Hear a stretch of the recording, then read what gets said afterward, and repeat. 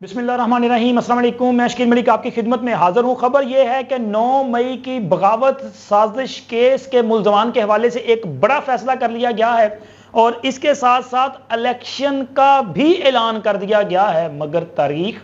کوئی نہیں۔ اب ہونے کیا جا رہا ہے؟ تو سب سے پہلے بات کرتے ہیں الیکشن کے معاملے کی، چونکہ یہ ایک ہاٹ ایشو ہے پاکستان میں۔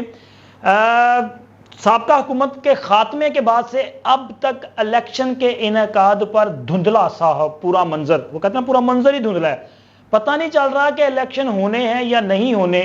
کیونکہ اس سے پہلے جب پنجاب اور خیبر پختونخوا میں عمران خان نے اپنی ہی صوبائی حکومتوں پر کلہاڑا چلایا اور ان حکومتوں کا خاتمہ کیا، خان صاحب تو سمجھتے تھے کہ جیسے ہی وہ حکومتوں کا خاتمہ کریں گے تو اس کے بعد مرکزی حکومت بھی کام نہیں کر سکے گی، تو لہٰذا بامجبوری ان کو پورے ملک میں انتخابات کروانے پڑیں گے۔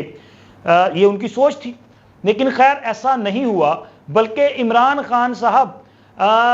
جب پورے ملک میں انتخابات لینے میں ناکام رہے تو پھر انہوں نے منتیں کرنا شروع کر دیں کہ خدا کے لیے ہمیں انہی 2 صوبوں میں الیکشن دے دو۔ یہاں بھی الیکشن نہ ملے، معاملہ چلا جاتا ہے سپریم کورٹ میں اور سپریم کورٹ سے ایک حکم جاری ہوتا ہے کہ انتخابات 14 مئی کو کروائے جائیں، لیکن وہ 14 مئی گزر جاتی ہے، انتخابات نہیں ہوتے، یعنی کہ وہ 90 دن کی جو آئینی ایک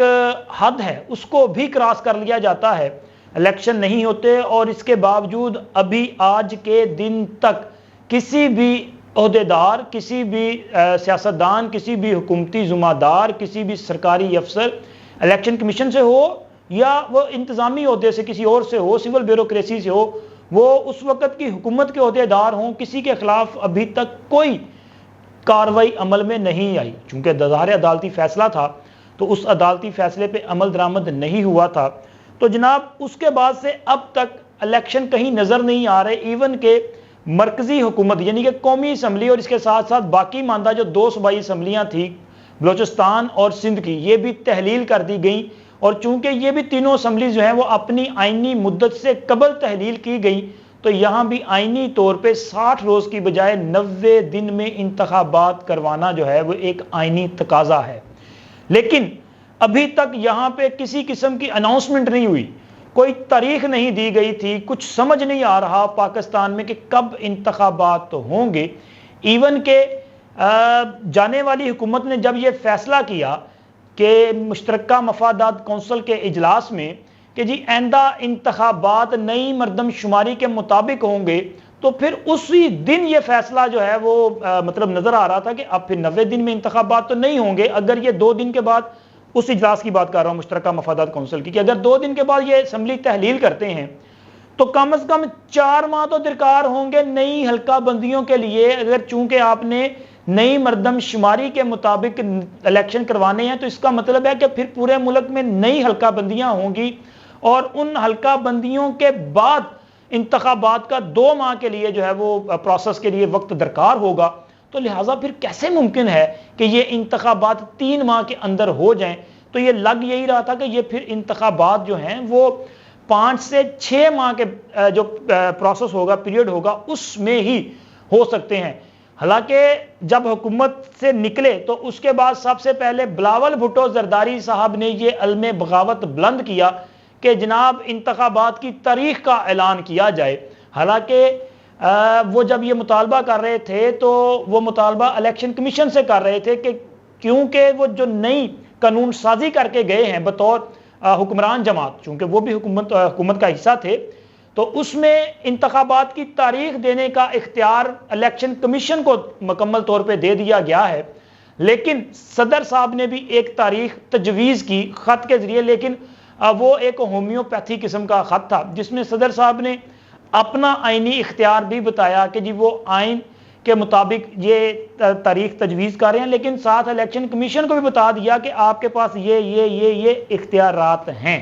تو لہٰذا وہ ایک طرح سے ہومیوپیتھی خط تھا، اس سے زیادہ کوئی حیثیت نہیں کہ صدر صاحب کی چٹھی آئی ہے اور بس وہ پڑھ لی گئی ہے۔ اور اب چونکہ بلاول بھٹو زرداری صاحب یہ مطالبہ کر رہے تھے کہ انتخابات کی تاریخ دے دی جائے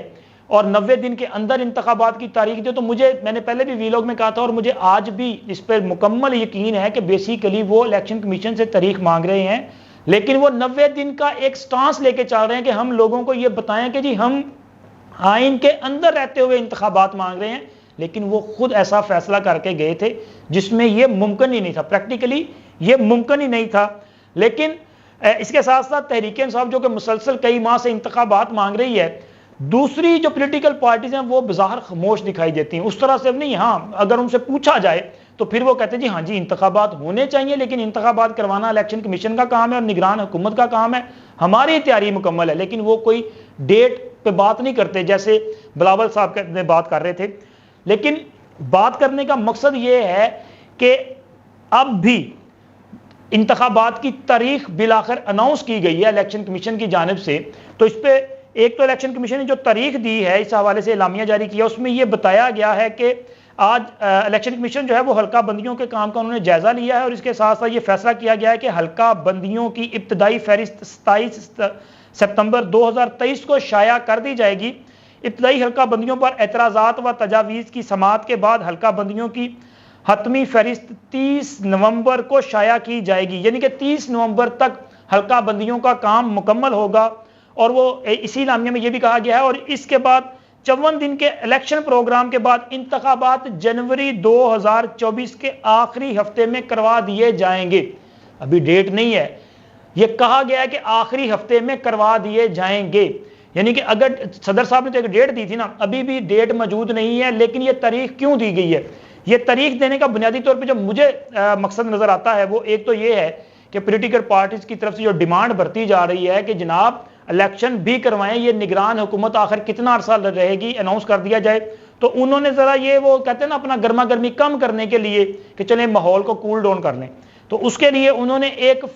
تاریخ دے دی کہ جی ہم 2024 میں جنوری 2024 میں انتخابات کروائیں گے، لیکن تاریخ ابھی کوئی نہیں۔ اور دوسرا چونکہ سپریم کورٹ میں بھی حالات چینج ہو چکے ہیں، پہلے جسٹس بندیال صاحب تھے، ان کے فیصلے کے ساتھ جو کچھ ہوا وہ سب کے سامنے ہے،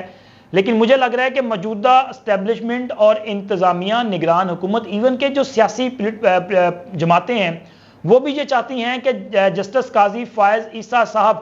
کو کوئی ایسا پیغام نہ جائے کہ جس سے یہ ظاہر ہو کہ اگر ان کی عدالت کوئی فیصلہ کرتی ہے تو اس کے ساتھ بھی سابقہ چیف جسٹس کی طرح کا حشر کیا جائے گا، تو لہٰذا ان کو یہ ایک گڈ جسٹر کے طور پہ پیغام ہے کہ آپ کچھ ایسا نہ سوچئے گا، ہم الیکشن کروانے کے لیے تیار ہیں، لیکن ہمیں یہ کچھ آئینی مجبوریاں ہیں، تو لہٰذا یہ مجھے یہ لگ رہا ہے کہ یہ صرف ان کو پیغام دیا گیا ہے کہ قاضی صاحب کوئی بڑا فیصلہ نہ کرنا، لیکن ہم یہ سارا کام جو ہے وہ اپنے ایک آئینی حدود کے اندر رہتے ہوئے کر لیں گے۔ تو دوسری طرف جناب بات اب کریں گے بغاوت کے سازش کا جو کیس ہے اس کے ملزمان کے حوالے سے جو بڑا فیصلہ کیا گیا ہے، بنیادی طور پہ یہ ایکسکلوزیو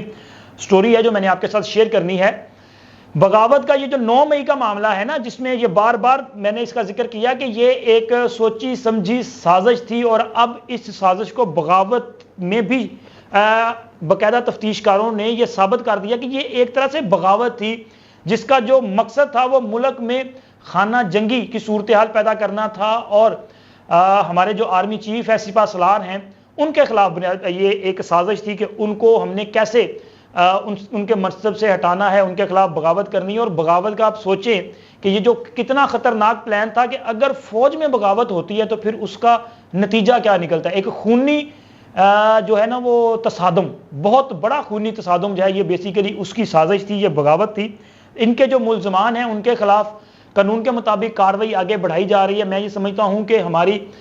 جو تفتیش کرنے والے ادارے ہیں، پولیس، فوج اور دیگر جو لوگ ہیں، چونکہ فوج اس میں اس لیے انوالو ہے کہ جو فوجی تنصیبات ہیں ان پہ حملے کیے گئے تھے، اور یہ پرنسپل ڈیسیژن حکومت نے کیا تھا کہ جو لوگ بھی فوجی تنصیبات پر حملوں میں براہ راست ملوث ہیں ان کے خلاف فوجی عدالتوں میں ٹرائل کیا جائے گا۔ اب چونکہ یہ معاملہ ابھی تک وہ انڈر ٹرائل کی صورتحال میں، چونکہ سپریم کورٹ میں درخواستیں زیر التوا ہیں، وہاں سے فیصلہ ہوگا تو پھر اس کے بعد آگے دیکھیں کس طرف جاتا ہے معاملہ، کیا واقعی فوجی عدالتوں میں ٹرائل ہوتا ہے یا کہ خصوصی عدالت اس کے لیے قائم کی جاتی ہے، کوئی جیسے کہ انصار دہشت گردی کی عدالت ہے یا کوئی اور عدالت، اس میں ٹرائل ہوتا ہے۔ لیکن پورے ملک سے مجموعی طور پہ کوئی 102 یا 103 لوگوں کو شارٹ لسٹ کر کے فوج کی تحویل میں دیا گیا ہے، یعنی کہ یہ وہ لوگ ہیں جن کا فوجی عدالتوں میں ٹرائل ہوگا، اور باقی جتنے بھی لوگ گرفتار ہیں ان کا ٹرائل خصوصی عدالتوں میں چل رہا ہے۔ ان میں سے کچھ لوگ جو ہیں وہ